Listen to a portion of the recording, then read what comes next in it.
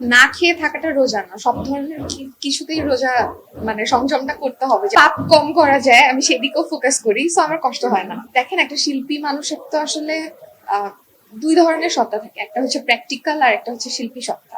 তো সেখানে যেহেতু আমি অভিনয়টাকে একেবারে প্রফেশনালি নিয়েছি, এখন অন্য কোনো প্রফেশন আমি ইনভলভ না।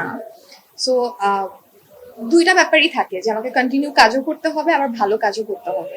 সো ভালো কাজের প্রতি তো একটা ক্রেভ থাকে, কিন্তু প্রতিদিন তো আসলে ভালো কাজ হয় না। তো সব ধরনের কাজই করতে চাই, দর্শক যেটা পছন্দ করবে সেটাকে বেশি প্রায়োরিটি দিতে চাই।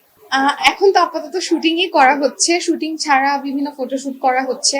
আর আমি ফ্যামিলি টাইম খুবই পছন্দ করি, ফ্যামিলির সাথে সময় কাটাতে। সো বাসায় থাকা হয় খুব বেশি, আর যেহেতু সামার অলরেডি চলে এসেছে, তো বাসায় থাকাটাই আমার কাছে নিরাপদ মনে হয়।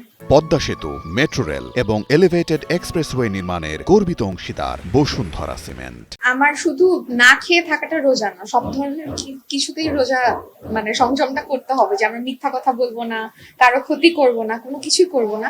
তো আমি হচ্ছে রোজাটা তো শুধু না খেয়ে থাকা, আর এটা তো মানে খুবই ভালো হেলথের জন্য একদিক থেকে।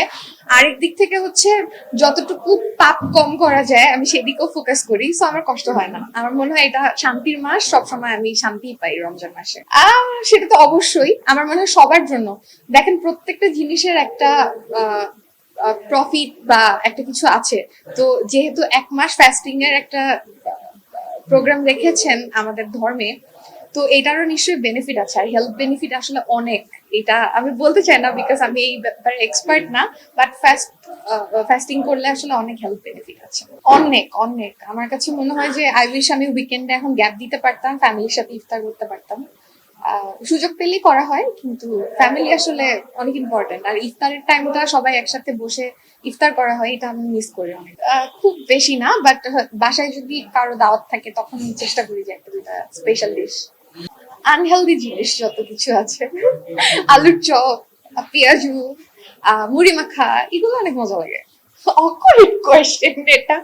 হ্যাঁ, ডিপেন্ড করে, ওই সময় যদি মুড ভালো থাকে খেতে পারি। যাত্রা তো অলওয়েজ স্পেশাল, মানে এটা আমার কাজিনদের সাথে সবসময় সেলিব্রেট করা হয়। আমরা হচ্ছে নতুন নতুন প্রোগ্রাম করতে পছন্দ করি, ছোটখাটো পিকনিক করা হয় বাসার ছাদে।